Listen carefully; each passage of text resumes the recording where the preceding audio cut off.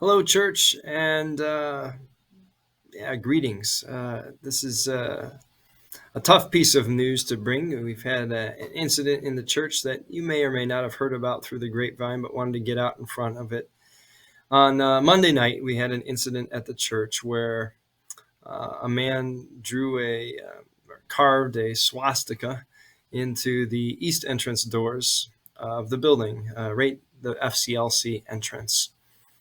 And I received that call on Monday, and then we looked through our video surveillance, got a good description and picture of the man, and sent it on to Downers Grove PD. And later that evening, they had picked up the man and asked if we wanted to file formal complaints, i.e., press charges on him. And I will say, quite honestly, I was very torn around this. On the one hand, every person who comes to be a part of this church family, connected to this church family, directly or indirectly, is a child of God. And we're called to love that person as best as we can, as Christ loves them. And on the other hand, as I gathered more information about the man, he had two other complaints that he had been belligerent, accosting a couple of people in residents in Downers Grove, and exposure and defamation of property, but people were too intimidated or afraid to press charges. So really wrestling with, do we press charges? Do we try and reach out to this man? And as I was wrestling with that, I'm not a person who really believes strongly in a punitive justice system, but a rehabilitative justice system. But at the same time, I pose that age-old question that I pose to you many times in church. If Jesus is telling the parable of the Good Samaritan, and instead of the Samaritan finding the man who was waylaid by bandits, dying and beaten in the ditch on the side of the road, what would Jesus have said to him if he had come upon the man as he's being robbed and beaten by the bandits? What does love look like in that moment? And after hearing the fear of some of our neighbors who had also run into this man, he's since been arrested again, did decide that we should press charges file a formal complaint. Because also a part of being church is naming things that are evil in the world. And this wasn't just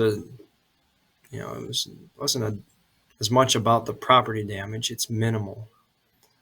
But it's also about the symbol and what that symbol, the damage it does psychologically to the emotion and spiritual level of people, parents coming to our school, seeing a symbol that in many ways through history has been associated with some very dark and evil things, prejudicial things and racist things. And so it's not something done easily or lightly. This is a man who's in and out of our community. And I want to say the last two things that I would say to you is when somebody does something ugly or hurtful to us as a faith community, one, we always have to start with, how does Jesus call us to still be Christ-like in that moment? And so this was a struggle for me. How do we minister to those we seek to protect and love, but also to those who intend us harm, or who jeer at us or see us as false or enemies? And that's not always a black and white world.